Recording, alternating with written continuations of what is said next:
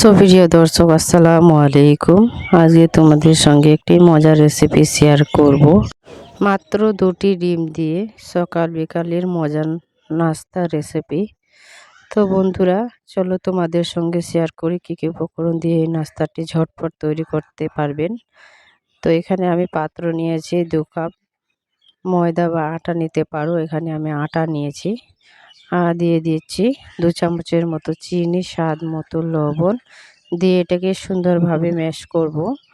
Mash করার পরে এখন আমি এই পর্যায়ে অ্যাড করব সাদা তেল। 2-3 চামচের মতো এখানে সাদা তেল অ্যাড করেছি। করার পরে এটাকে সুন্দরভাবে আবারও ম্যাশ করব হাত দিয়ে।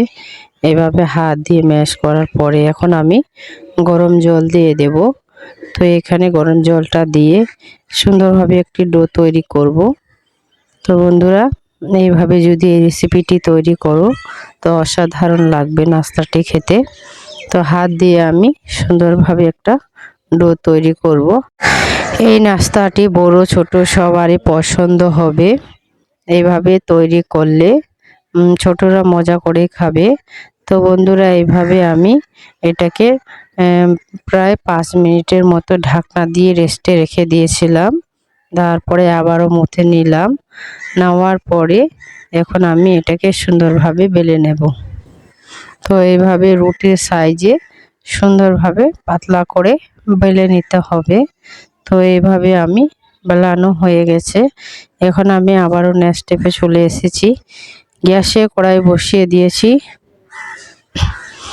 এখন একটি বড় সাইজের পেঁয়াজ কুচি, কাঁচা লঙ্কা কুচি আর দিয়ে দিলাম লঙ্কার গুঁড়ো, জিরে গুঁড়ো, ধনে গুঁড়ো, স্বাদ মতো লবণ দিয়ে এটাকে সুন্দরভাবে ফ্রাই করে নিলাম। তো এখানে আমার পেঁয়াজটা ফ্রাই করানো হয়ে গেছে। এখন আমি যে পেঁয়াজটা আমি ফ্রাই করে রেখেছিলাম সে এখানে দিয়ে দিচ্ছি রুটির উপরে। এই পর্যায়ে আমি 2টো ডিম সিদ্ধ করে রেখেছিলাম, নেওয়ার পরে ডিমটাকেও দিয়ে দিয়েছি। এই পর্যায়ে আমি চারদিকে তেল লাগিয়ে নিলাম। তেলটা অবশ্যই লাগাবেন, তাহলে মুড়িয়ে দিলে আর খুলবে না। তো এইভাবে আমি তেলটা লাগিয়ে শেপ দিয়ে দিয়েছি। তো এইভাবে সুন্দরভাবে সবগুলো একইভাবে আমি তৈরি করে নেব। তো এইভাবে আমার সবগুলো তৈরি করানো হয়ে গেছে। এখন আমি কড়াইতে তেল গরম করে নিয়েছি। নেওয়ার পরে এক এক করে সবগুলো আমি ফ্রাই করে নেব। তো বন্ধুরা, এখানে একটা জিনিস খেয়াল রাখবেন, গ্যাসটাকে লো টু মিডিয়ামে রেখে ফ্রাই করবেন, তাহলে ভেতর থেকে ক্রিস্পি হবে।